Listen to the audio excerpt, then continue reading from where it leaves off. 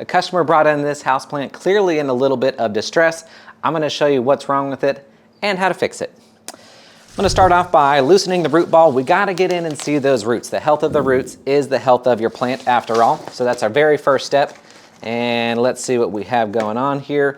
The soil is very, very wet. It's very saturated. I kind of had my suspicions about this. I think we're dealing with a little case of root rot. Let's shake off more of the soil and see. Yeah, you can kind of see how it is just going through right here. So you can see for the size of the plant, we don't have very much in the case of roots. So several of these roots, you can see them all over in the soil right here. Where we've got roots that have died off. They're in the pot as well. So this is a case of the plant being watered too frequently. And we see this happen a lot of time with plants that can sustain a lower light scenario like this Aglaonema. This is the Aglaonema Silver Bay.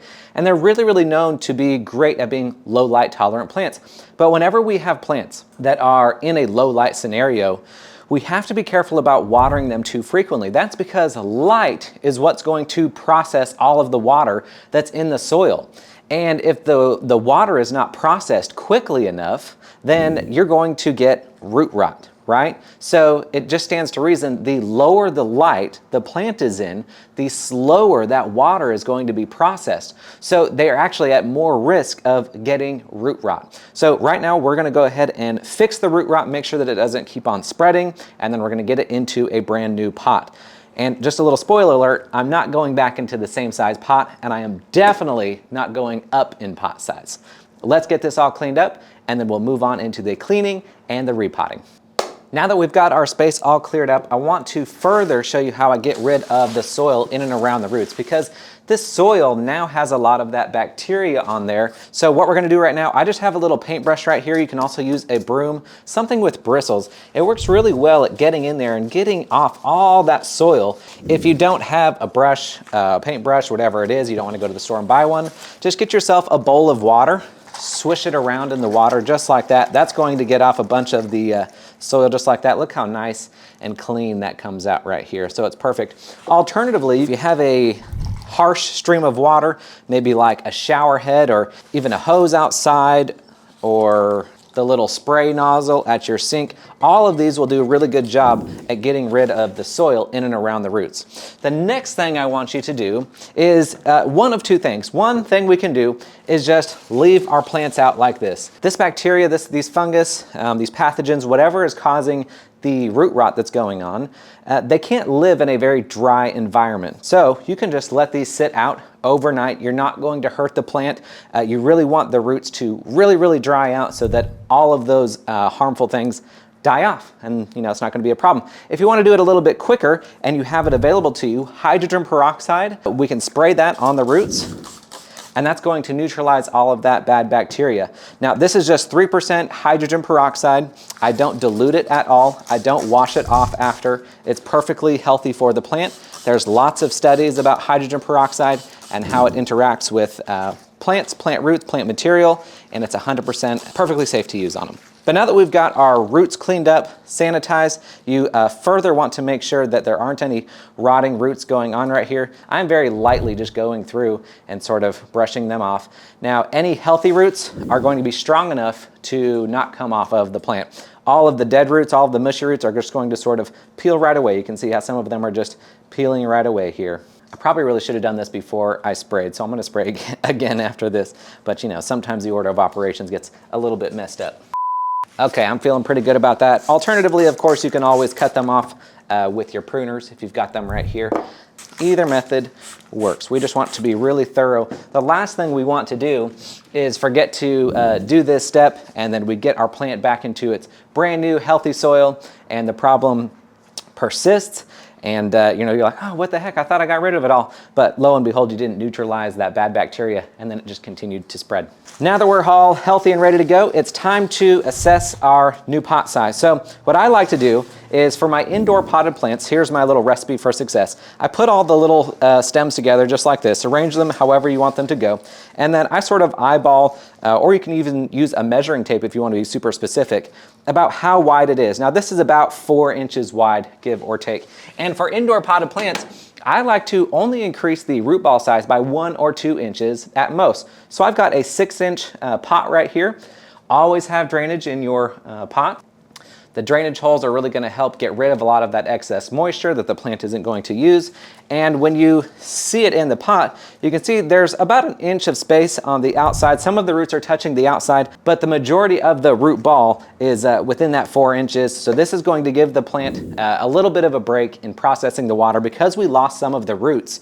The root ball has changed. We don't need to go up in pot size. In fact, that might exacerbate the problem a little bit because if we go into a larger pot, that's going to be more soil in the pot, and when we water that soil, there's going to be more moisture for the roots to have to process because there's more soil. So by reducing the amount of soil, thereby the amount of water that is available to the roots, we're going to give them a little bit of a break and a chance to recover from all of that work because this was suffering from root rot. So what I'm going to do right here, I'm just using our aeroid mix that we make here in shop. It's basically 1 part houseplant soil, 1 part orchid bark, and 1 part perlite. You can make that recipe up yourself. I threw in a little bit of slow release fertilizer in here as well. But if you would like to support the channel, support what we're doing here, I would be tickled to death if you wanted to purchase our own. We'll ship it to you. We ship it nationwide. But if not, that's how you do the little recipe. So I'm just going to pour a little bit down in the bottom right here, and then I'm going to set my plant in. I really don't want to go above any of the leaves. So you see how these leaves are sticking down right here, like this is the very most bottom leaf. It's probably going to get cut off anyway, but I don't want to put the soil level above that. I don't want soil resting down in this little leaf crown right here. So what I'm going to do is only fill up my soil level to right below the lowest leaves. So I'm going to test fit it right now and see if we're at a good height, and we are. So now all I'm going to do is continue to backfill. We just want our soil to get all in and around the roots. Nothing too crazy about this part. Very, very easy, not intimidating. One thing I always like to do whenever I am repotting my plants is to slap that pot.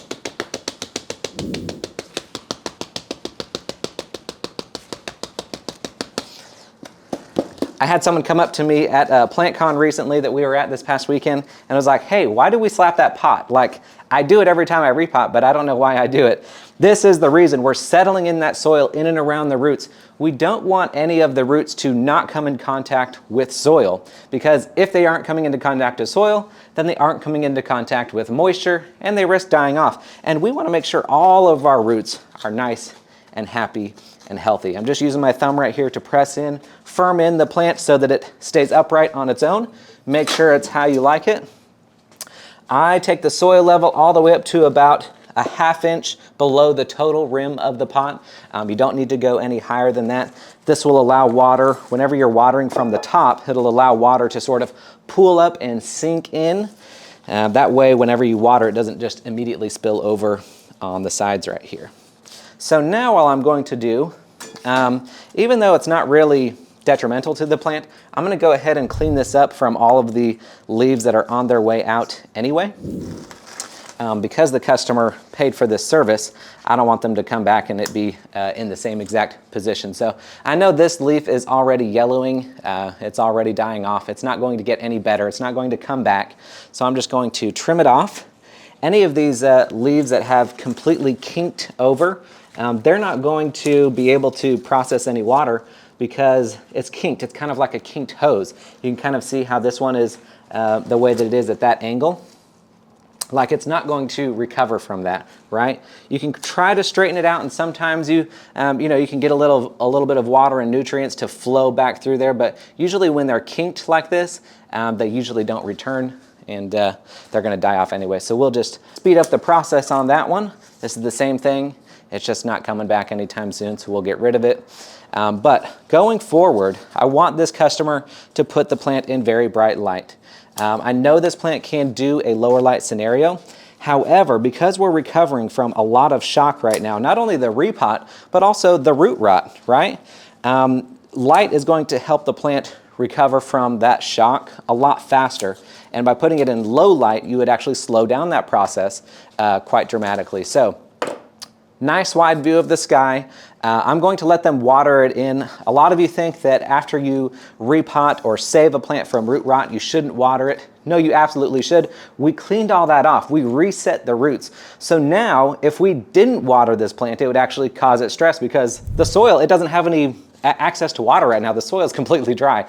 So by giving it a nice drink of water, a nice full saturation, you're going to be helping that plant recover even better. It's going to start getting those nutrients. It's going to start filling up its cells with the new, clean, healthy water, and the plant is definitely on its road to recovery. I would say over the next 3 to 4 weeks, this plant will be growing new leaves. It'll start to recover, and throughout the spring and summer months, we're doing this in early spring right now. I would say by the end of spring, it's going to be a nice, big, beautiful plant.